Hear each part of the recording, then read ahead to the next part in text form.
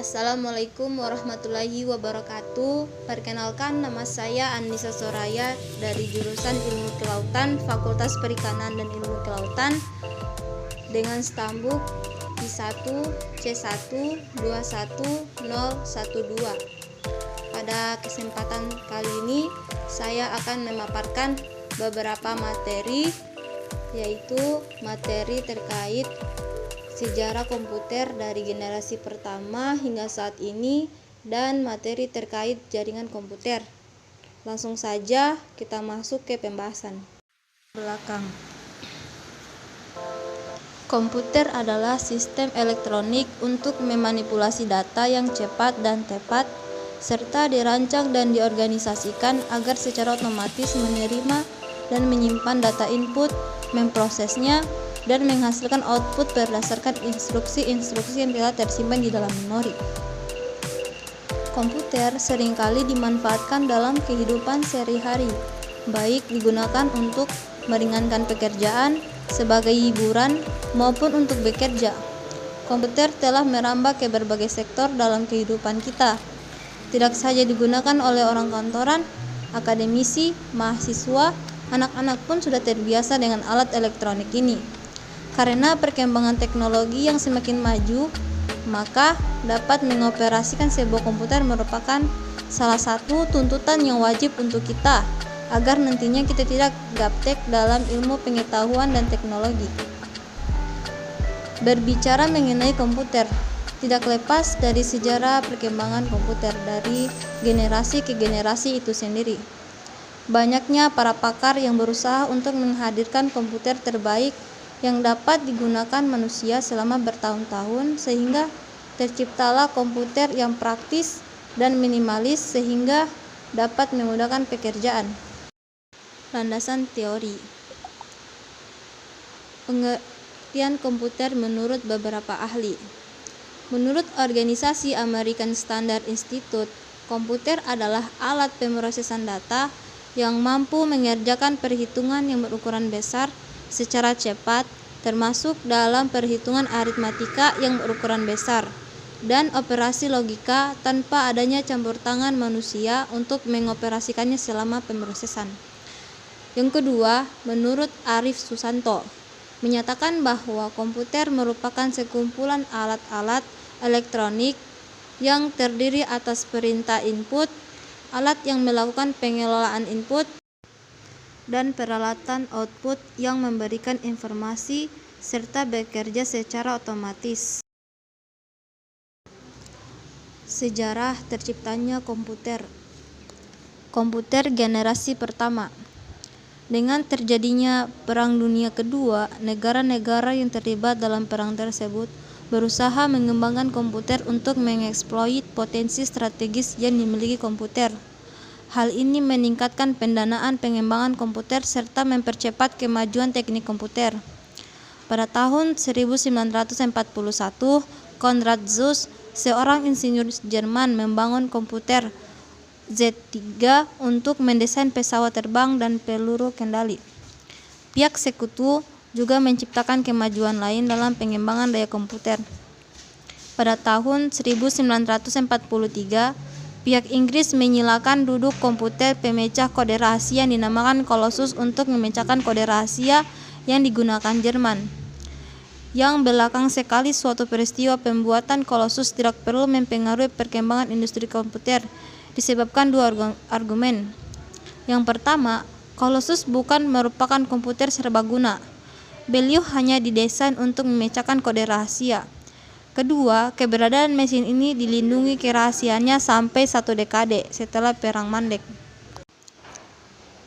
Komputer generasi pertama dikarakteristik dengan fakta bahwa instruksi operasi dihasilkan bentuk secara spesifik untuk suatu tugas tertentu. Setiap komputer memiliki program kode biner yang berbeda yang disebut bahasa mesin. Hal ini menyebabkan komputer sulit untuk diprogram dan membatasi kecepatannya. Ciri lain dari komputer generasi pertama ialah penggunaan tube vakum yang menciptakan komputer pada masa tersebut berukuran sangat besar dan silinder magnetik untuk penyimpanan data. Komputer generasi kedua. Pada tahun 1948, penemuan transistor sangat mempengaruhi perkembangan komputer. Transistor menggantikan tube vakum di televisi, radio, dan komputer. Akibatnya, ukuran mesin-mesin elektrik susut drastis. Transistor mulai digunakan di dalam komputer mulai pada tahun 1956. Penemuan lain yang berupa pengembangan memori inti magnetik membantu pengembangan komputer generasi kedua yang bertambah kecil, bertambah cepat, bertambah mampu diandalkan, dan bertambah hemat energi dibandingkan para pendahulunya. Mesin pertama yang memanfaatkan teknologi baru ini adalah superkomputer. IBM menciptakan superkomputer bernama Stretch, dan Sperry Rand menciptakan komputer bernama Large. Komputer-komputer ini yang dikembangkan untuk laboratorium energi atom mampu menangani sejumlah akbar data, sebuah kemampuan yang sangat dibutuhkan oleh peneliti atom. Mesin tersebut sangat mahal dan cenderung terlalu kompleks untuk kebutuhan komputasi bisnis, sehingga membatasi kepopulerannya hanya Large yang pernah dipasang dan digunakan. Satu di Lawrence Radiation Labs di Livermore, California, dan lainnya di US Navy Research and Development Center di Washington DC. Komputer generasi kedua menggantikan bahasa mesin dengan assembly. Bahasa assembly adalah bahasa yang memanfaatkan singkatan-singkatan untuk menggantikan kode biner. Pemrograman yang tersimpan di dalam komputer dan bahasa pemrograman yang mempunyai di dalamnya memberikan fleksibilitas kepada komputer. Fleksibilitas ini meningkatkan kinerja dengan harga yang pantas untuk penggunaan bisnis. Dengan konsep ini, komputer mampu mencetak faktur pembelian konsumen dan yang belakang sekali menjalankan desain produk atau menghitung daftar gaji. Beberapa bahasa pemrograman mulai muncul bersamaan pada waktu itu. Bahasa pemrograman Common Business Orientation Language dan formula translator mulai umum digunakan. Bahasa pemrograman ini menggantikan kode mesin yang melilit dengan kata-kata, kalimat, dan formula matematika yang pertama mudah dipahami oleh manusia. Hal ini memudahkan seseorang untuk memprogram dan mengatur komputer. Sebagai macam karir baru muncul kebersamaan. Industri piranti lunak juga muncul bersamaan dan menjadi bertambah sempurna pada masa komputer generasi kedua ini.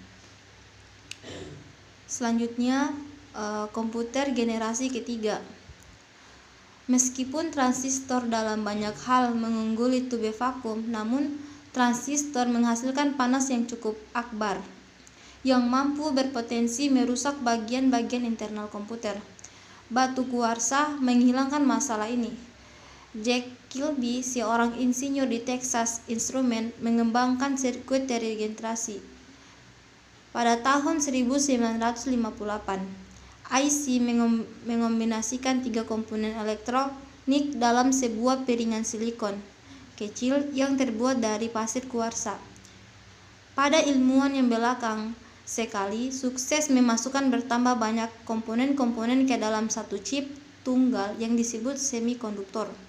Hasilnya, komputer dihasilkan bentuk sebagai makin kecil karena komponen-komponen mampu dipadatkan dalam chip. Kemajuan komputer generasi ketiga lainnya adalah penggunaan sistem operasi yang memungkinkan mesin untuk menjalankan berbagai program yang berbeda secara serentak dengan sebuah program utama yang memonitor dan mengkoordinasi memori komputer. Selanjutnya, generasi komputer keempat. Setelah IC, sasaran pengembangan dihasilkan sebagai bertambah jelas, mengecilkan ukuran sirkuit dan komponen-komponen elektrik.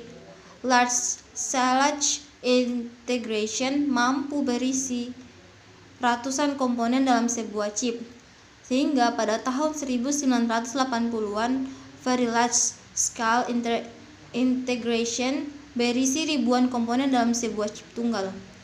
Ultra Large Scale Integration ULSI meningkatkan jumlah tersebut dihasilkan bentuk sebagai jutaan komponen untuk memasang sedemikian banyak komponen dalam suatu keping yang berukuran setengah keping uang logam mendorong turunnya harga dan ukuran komputer. Hal tersebut juga meningkatkan daya kerja. efisiensi, dan keterandalan komputer. Chip Intel 4004 yang dihasilkan bentuk pada tahun 1971 membawa kemajuan pada IC dengan mendudukan seluruh komponen dari sebuah komputer, Central Processing Unit, memori, dan kendali input atau output. Dalam sebuah chip yang sangat kecil, sebelumnya IC dihasilkan bentuk untuk mengerjakan suatu tugas tertentu yang spesifik. Sekarang sebuah mikroprosesor mampu dihasilkan dan belakangan sekali diprogram untuk memenuhi seluruh kebutuhan yang diinginkan. Tak lama, yang belakangan sekali, setiap piranti rumah tangga seperti microwave, oven, televisi, dan mobil dengan electronic full injection dilengkapi dengan mikroprosesor. Perkembangan yang demikian memungkinkan orang-orang biasa untuk memanfaatkan komputer biasa. Komputer tidak lagi dihasilkan bentuk sebagai dominasi perusahaan akbar atau lembaga-lembaga pemerintah. Pada menengah tahun 1970-an, perakit komputer menawarkan produk komputer mereka ke warga umum. Komputer ini yang disebut mini komputer, dijual dengan paket piranti lunak yang mudah digunakan oleh kalangan awam. Piranti lunak yang paling populer pada waktu itu adalah program word processing dan spreadsheet. Pada permulaan tahun 1980-an, video game seperti Atari 2600 menarik perhatian konsumen pada komputer rumahan yang bertambah canggih dan mampu diprogram. Pada tahun 1981, IBM memperkenalkan penggunaan personal komputer PC untuk penggunaan di rumah, kantor, dan sekolah. Jumlah PC yang digunakan melonjak dari 2 juta unit pada tahun 1981 dihasilkan bentuk sebagai 5,5 juta unit pada tahun 1982. 10 tahun yang belakang sekali 65 juta PC digunakan. Komputer melanjutkan evolusinya menuju ukuran yang bertambah kecil. Dari komputer yang berada di atas meja, dihasilkan bentuk sebagai komputer yang mampu diisikan ke dalam tas atau bahkan komputer yang mampu digenggam. IBM PC berkompetensi dengan Apple Macintosh dalam memperebutkan pasar komputer.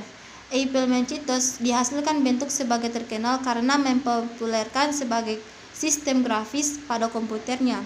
Sementara saingannya masih memanfaatkan komputer yang berbasis teks. Macintosh yang mempopulerkan pengganti piranti mouse. Pada masa sekarang ini, kita mengenal perjalanan IBM compatible dengan pemakaian CPU IBM PC 486, Pentium, Pentium 2, Pentium 3, Pentium 4, serial dari CPU hasil pekerjaan Intel.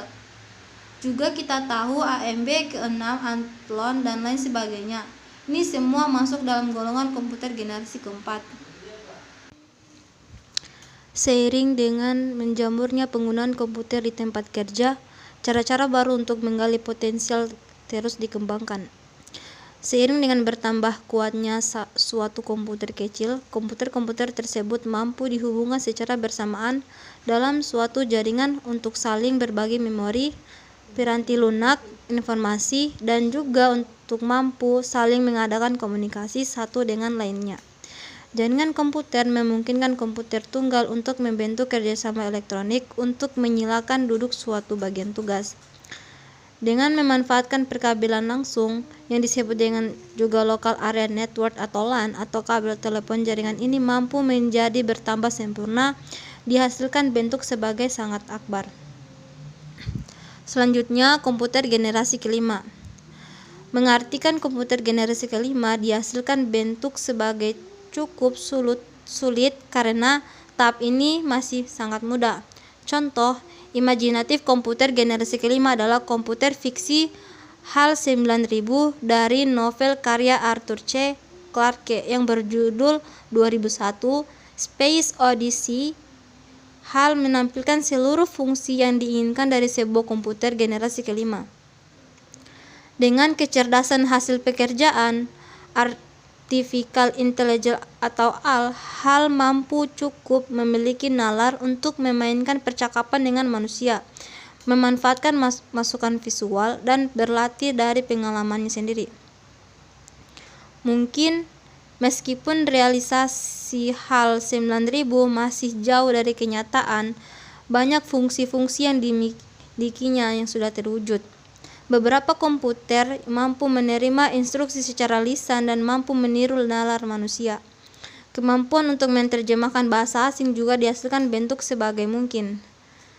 Fasilitas ini terlihat sederhana, namun fasilitas tersebut dihasilkan bentuk sebagai jauh bertambah melilit dari yang diduga ketika programmer menyadari bahwa pengertian manusia sangat bergantung pada konteks dan pengertian ketimbang sekedar menerjemahkan kata-kata secara langsung. Banyak kemajuan di segi desain komputer dan teknologi yang makin memungkinkan pembuatan komputer generasi kelima. Dua kemajuan rekayasa yang terutama adalah kemampuan pemrosesan paralel yang akan menggantikan model non-Neumann. Model non-Neumann akan ditukarkan dengan sistem yang mampu mengkoordinasikan banyak CPU untuk bekerja secara serempak. Kemajuan lain adalah teknologi superkonduktor yang memungkinkan arus elektrik tanpa mempunyai hambatan apapun yang nantinya mampu mempercepat kecepatan informasi. Perangkat jaringan komputer. Jaringan komputer adalah sebuah sistem yang terdiri dari dua atau lebih komputer yang saling terhubung satu sama lain melalui media transmisi dan media komunikasi sehingga dapat saling berbagi data aplikasi maupun berbagi perangkat keras komputer. Manfaat jaringan komputer. Berbicara mengenai manfaat dari jaringan komputer, terdapat banyak sekali manfaat dari jaringan komputer. Antara lain, jaringan komputer kita bisa mengakses file yang kita miliki, sekaligus file orang lain telah disebarluaskan melalui suatu jaringan, semisal jaringan internet. Yang kedua, melalui jaringan komputer kita bisa melakukan proses pengiriman data secara cepat dan efisien. Yang ketiga, jaringan komputer mampu membantu seseorang berhubungan dengan orang lain dari berbagai negara dengan mudah. Selain itu, pengguna juga dapat mengirim teks, gambar, audio, maupun video secara real-time dengan bantuan jaringan komputer. Selanjutnya, kita dapat mengakses berita atau informasi dengan sangat mudah melalui internet dikarenakan internet merupakan salah satu contoh jaringan komputer. Dan yang terakhir, misalkan dalam suatu kantor memerlukan printer, kita tidak perlu membeli printer Contoh 1. Komputer server. Perangkat keras komputer utama yang merupakan perangkat penting dalam jaringan komputer adalah server. Ya, server merupakan salah satu perangkat komputer penting karena server merupakan pusat dari jaringan komputer. Yang kedua yaitu komputer user atau klien. Perangkat keras dalam jaringan komputer yang kedua adalah komputer klien atau user. Sering juga dikenal dengan istilah terminal atau workstation. Secara umum, komputer klien ini merupakan komputer umum yang digunakan untuk memperoleh data dari server.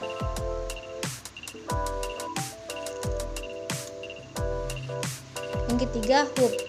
Fungsi utama dari hub adalah untuk membagi jaringan dari satu server menuju ke klien komputer dalam satu jaringan, terutama jaringan LAN alias lokal. Secara teoritis, hub sendiri adalah sebuah hardware atau perangkat keras yang merupakan suatu central connection point pada suatu jaringan yang berfungsi untuk menerima sinyal dari server atau host dan kemudian mentransmisikan ke klien yang akan membentuk suatu jaringan. 4. Switch. Switch memiliki fungsi yang sama seperti hub, yaitu dapat membantu memecah jaringan lokal. Dari satu komputer server atau host, Anda dapat menggunakan switch untuk mengkoneksikan lebih dari satu komputer klien ke dalam satu jaringan LAN atau lokal. Switch memiliki kemampuan yang lebih pintar daripada hub karena switch mampu membatasi dan juga mengatur jumlah paket data yang ditransmisikan ke dalam komputer klien yang terhubung dalam jaringan. Kelima yaitu bridge. Bridge memiliki fungsi utama untuk menjembatani jaringan. Maksud dari menjembatani jaringan adalah bridge dapat menggabungkan lebih dari satu jaringan lokal ke dalam satu jaringan lokal yang lebih luas. ataupun sebaliknya, memecah satu jaringan lokal atau LAN yang luas menjadi beberapa jaringan lokal yang lebih kecil. Selain itu, bridge juga dapat menjadi penghubung antara dua atau lebih jaringan lokal dengan topologi jaringan yang berbeda-beda. Router, perangkat keras dalam jaringan komputer berikutnya adalah router. Router sendiri secara teknis memiliki fungsi untuk melakukan penghalaan atau menyalurkan koneksi internet melalui protokol TCP/IP menuju komputer klien. 7. Access point. Apabila Anda mengetahui bahwa router memiliki fungsi yang sama seperti access point, lalu apa keunggulan dari access point? Access point memiliki beberapa keunggulan, yakni harganya yang lebih murah dibandingkan dengan router, serta pengaplikasiannya yang jauh lebih sederhana. 8. NEC atau Ethernet Card. NEC merupakan kependekan dari Network Interface Card, yang merupakan suatu kartu yang juga kita kenal dengan istilah Ethernet Card, yang memegang peranan penting dalam jaringan komputer. Ethernet Card merupakan kartu jaringan yang ditanamkan pada komputer, yang mana akan membantu kita dalam mengkoneksikan suatu jaringan. Yang ke-9 yaitu modem. Perangkat keras berikutnya yang merupakan perangkat penting dalam jaringan komputer adalah modem. Modem merupakan kepanjangan dari modulator dan demodulator.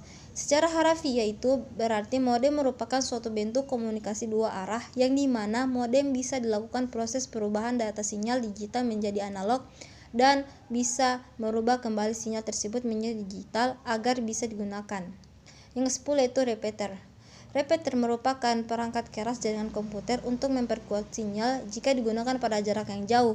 Dengan adanya repeater ini, jaringan yang tidak terjangkau oleh jarak yang cukup jauh dalam suatu line dapat dikembangkan dan ditarik agak jauh dan memperoleh sinyal yang cukup.